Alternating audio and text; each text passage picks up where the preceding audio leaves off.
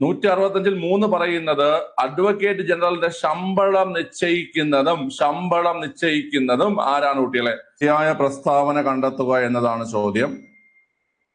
ഒരു സംസ്ഥാനത്തെ മന്ത്രിമാരുടെ എണ്ണം മുഖ്യമന്ത്രി ഉൾപ്പെടെ 12-ൽ കുറയാൻ പാടില്ല.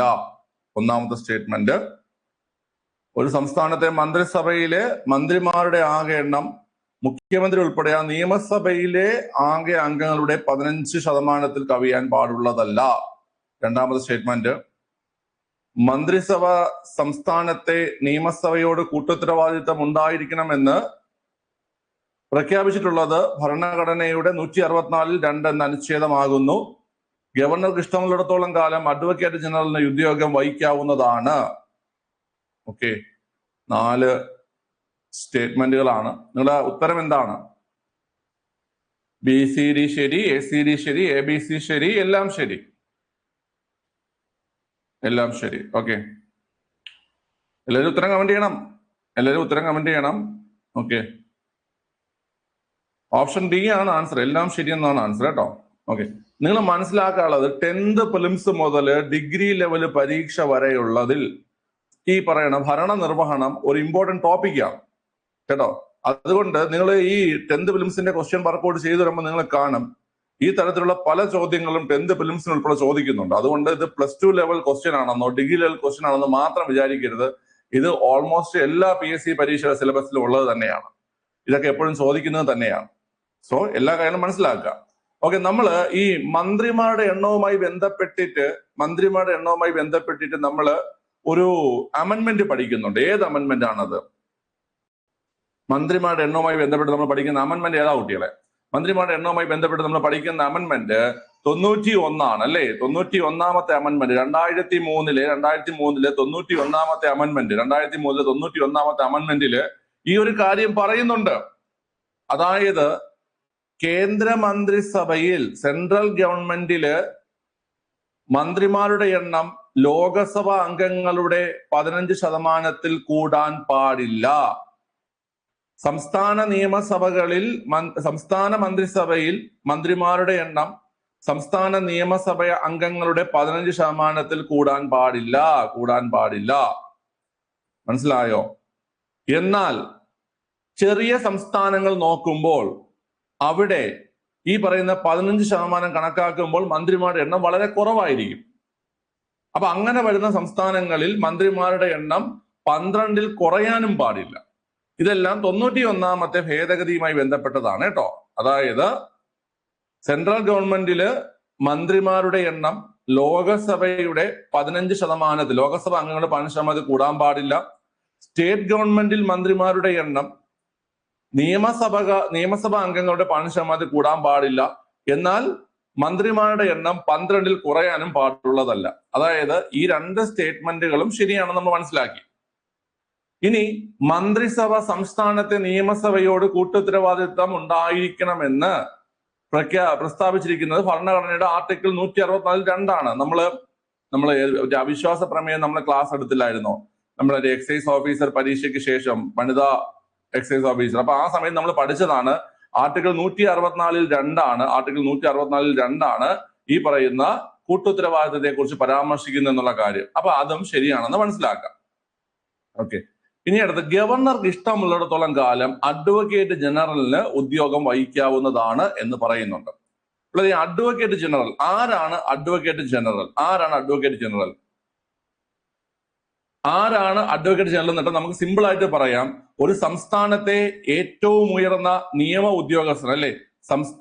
സ്റ്റേറ്റിലെ ഏറ്റവും ഉയർന്ന നിയമ ഉദ്യോഗസ്ഥനാണ് ആര് കുട്ടികളെ? ഈ പറയുന്ന അഡ്വക്കേറ്റ് ജനറൽ എന്ന് പറയുന്നത്. അതുപോലെ തന്നെ സംസ്ഥാന സർക്കാരിന്റെ വക്കീൽ ആരെന്ന് കേട്ട് കഴിഞ്ഞാലും അഡ്വക്കേറ്റ് ജനറൽ ആണ്.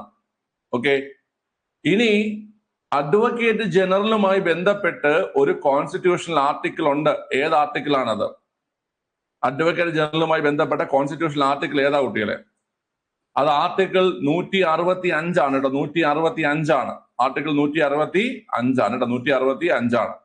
ഓക്കെ, ഈ ആർട്ടിക്കിൾ 165-ല് 3 കാര്യങ്ങൾ നിങ്ങൾ പഠിക്കണം. 165-ൽ ഒന്നെന്ന് പറഞ്ഞു കഴിഞ്ഞാല് ഹൈക്കോടതി ജഡ്ജിയുടെ യോഗ്യത ഉള്ള ഒരാളെ ഗവർണർ സംസ്ഥാനത്തിന്റെ അഡ്വക്കേറ്റ് ജനറൽ ആയിട്ട് നിയമിക്കുന്നു. നമ്മൾ 165 ആർട്ടിക്കിൾ നമ്മൾ പഠിച്ചിട്ടില്ലേ കുട്ടികളെ? അഡ്വക്കേറ്റ് ജനറൽ അവിടെ നമ്മൾ പഠിക്കേണ്ടതാണ്. 165 1 എന്ന ആർട്ടിക്കിളിൽ പറയുന്നത് ഹൈക്കോടതി ജഡ്ജിയുടെ യോഗ്യത ഉള്ള ഒരു വ്യക്തിയെ ഗവർണർ സംസ്ഥാനത്തിന്റെ അഡ്വക്കേറ്റ് ജനറൽ ആയി നിയമിക്കുന്നു. 165 1. 165 പറയുന്നത് ഇദ്ദേഹത്തിന്റെ ചുമതലകളാണ്. എന്താണ് ഇദ്ദേഹത്തിന്റെ ചുമതല എന്ന് പറഞ്ഞു കഴിഞ്ഞാൽ സംസ്ഥാന സർക്കാരിന് നിയമ ഉപദേശം നൽകുക, അതുപോലെ തന്നെ സംസ്ഥാന സർക്കാരിന് വേണ്ടിയിട്ടുള്ള കേസുകളിൽ ഹാജരാവുക, സംസ്ഥാന സർക്കാരിന്റെ വക്കീലായി പ്രവർത്തിക്കുക, സംസ്ഥാന സർക്കാരിന്റെയും ഗവർണറുടെയും ആവശ്യങ്ങൾക്ക് സുപ്രീം കോടതിയിൽ ഹാജരാവുക. ഓക്കെ, ഇപ്പൊ നമ്മള് സുപ്രീം കോടതിക്ക് ഹൈക്കോടതിയിലും സുപ്രീം കോടതിയിലും ഹാജരാവേണ്ടത് ഇദ്ദേഹമാണ്, അഡ്വക്കേറ്റ്. കാരണം നമ്മുടെ സംസ്ഥാനത്തിന്റെ വക്കീൽ ആരെന്ന് ഇട്ട് കഴിഞ്ഞാൽ അഡ്വക്കേറ്റ് ജനറൽ ആണ്. ഓക്കെ, ഇപ്പം ഏതെങ്കിലും ഒരു നിയമനിർമ്മാണവുമായി ബന്ധപ്പെട്ടിട്ട് ഹൈക്കോടതിയിൽ നിന്നൊരു ഉപദേശം ഗവർണർക്ക് ലഭിക്കേണ്ടതുണ്ടെങ്കിൽ ഹൈക്കോടതിയിലേക്ക് ഗവർണർക്ക് വേണ്ടി പോകേണ്ടത് അഡ്വക്കേറ്റ് ജനറലാണ് കേട്ടോ, അഡ്വക്കേറ്റ് ജനറലാണ്. അപ്പൊ ഇതൊക്കെയാണ് ഇതിന്റെ ചുമതലകൾ. സംസ്ഥാന സർക്കാരിന്റെ നിയമോപദേശം, സംസ്ഥാന സർക്കാരിന്റെ വക്കീലായി പ്രവർത്തിക്കുക, സംസ്ഥാന സർക്കാരിനും ഗവർണർക്ക് വേണ്ടി സുപ്രീം കോടതിയിലും ഹൈക്കോടതിയിലും ഹാജരാവുക. ഇതൊക്കെയാണ് അഡ്വക്കേറ്റ് ജനറലിന്റെ ചുമതലകൾ എന്ന് പറയുന്നത്. 165 പറയുന്നത് ഇദ്ദേഹത്തിന്റെ കാലാവധിയെ കുറിച്ചാണ്. അറ്റോർണി ജനറൽ, നമ്മുടെ രാജ്യത്തിലെ ഏറ്റവും ഉയർന്ന നിയമോദ്യോഗസ്ഥൻ, കേന്ദ്ര സർക്കാരിന്റെ വക്കീൽ. അറ്റോർണി ജനറലിനും അഡ്വക്കേറ്റ് ജനറലിനും എന്തില്ല? അറ്റോർണി ജനറലിനും അഡ്വക്കേറ്റ് ജനറലിനും ഒരു കാലാവധി പരാമർശിക്കുന്നില്ല. അറ്റോർണി ജനറൽ രാഷ്ട്രപതിക്ക് ഇഷ്ടമുള്ളിടത്തോളം കാലം പദവിയിൽ തുടരുകയും അഡ്വക്കേറ്റ് ജനറൽ ഗവർണർക്ക് ഇഷ്ടമുള്ളിടത്തോളം കാലം പദവിയിൽ തുടരുകയും ചെയ്യും കേട്ടോ. അതായത് ഈ 165 3 ആർട്ടിക്കിൾ പ്രകാരം അഡ്വക്കേറ്റ് ജനറലിന് ഗവർണറുടെ പ്ലഷർ ഓഫ് ഗവൺമെന്റ് എന്ന് പറയും, ഗവർണർക്ക് താല്പര്യമുള്ളിടത്തോളം കാലം അഡ്വക്കേറ്റ് ജനറലിന് ആ പദവി വഹിക്കാൻ കഴിയുന്നതാണ്. അത് മാത്രമല്ല 165 പറയുന്നത് അഡ്വക്കേറ്റ് ജനറലിന്റെ ശമ്പളം നിശ്ചയിക്കുന്നതും ആരാണ് കുട്ടികളെ? ശമ്പളം നിശ്ചയിക്കുന്നതും ഗവർണറാണ്. ശമ്പളം നിശ്ചയിക്കുന്നതും ഗവർണറാണ്. ഓക്കെ, അപ്പൊ ഈ ഒരു ക്വസ്റ്റ്യനിൽ എക്സ്പ്ലെയിൻ ചെയ്യാനുള്ളത് ഈ 2 കാര്യങ്ങളാണ്. ഒന്ന്, 91ാമത്തെ അമെൻമെന്റ് പ്രകാരം ലോകസഭയിലെയും നിയമസഭയിലെയും അംഗങ്ങളുടെ 15% കൂടാൻ പാടില്ല മന്ത്രിസഭകളിലെ അംഗങ്ങളുടെ എണ്ണം, മുഖ്യമന്ത്രി ഉൾപ്പെടെ. ഇനി ഈ പറയുന്ന മന്ത്രിമാരുടെ എണ്ണം 12 കുറയാനും പാടുള്ളതല്ല. കൂട്ടുത്തരവാദിത്തത്തെ കുറിച്ച് നമ്മൾ മുമ്പത്തെ ക്ലാസ് ഡിസ്കസ് ചെയ്തിട്ടുണ്ട്. പിന്നെ നമ്മൾ അഡ്വക്കേറ്റ് ജനറലിനെ കുറിച്ച് പറഞ്ഞു. ആർട്ടിക്കിൾ 165 അഡ്വക്കേറ്റ് ജനറലിനെ കുറിച്ച് പറയുന്നത്. 165 1 പ്രകാരം ഹൈക്കോടതി ജഡ്ജിയുടെ യോഗ്യത ഉള്ള ഒരു വ്യക്തിയെ ഗവർണർ അഡ്വക്കേറ്റ് ജനറലായി നിയമിക്കുന്നു.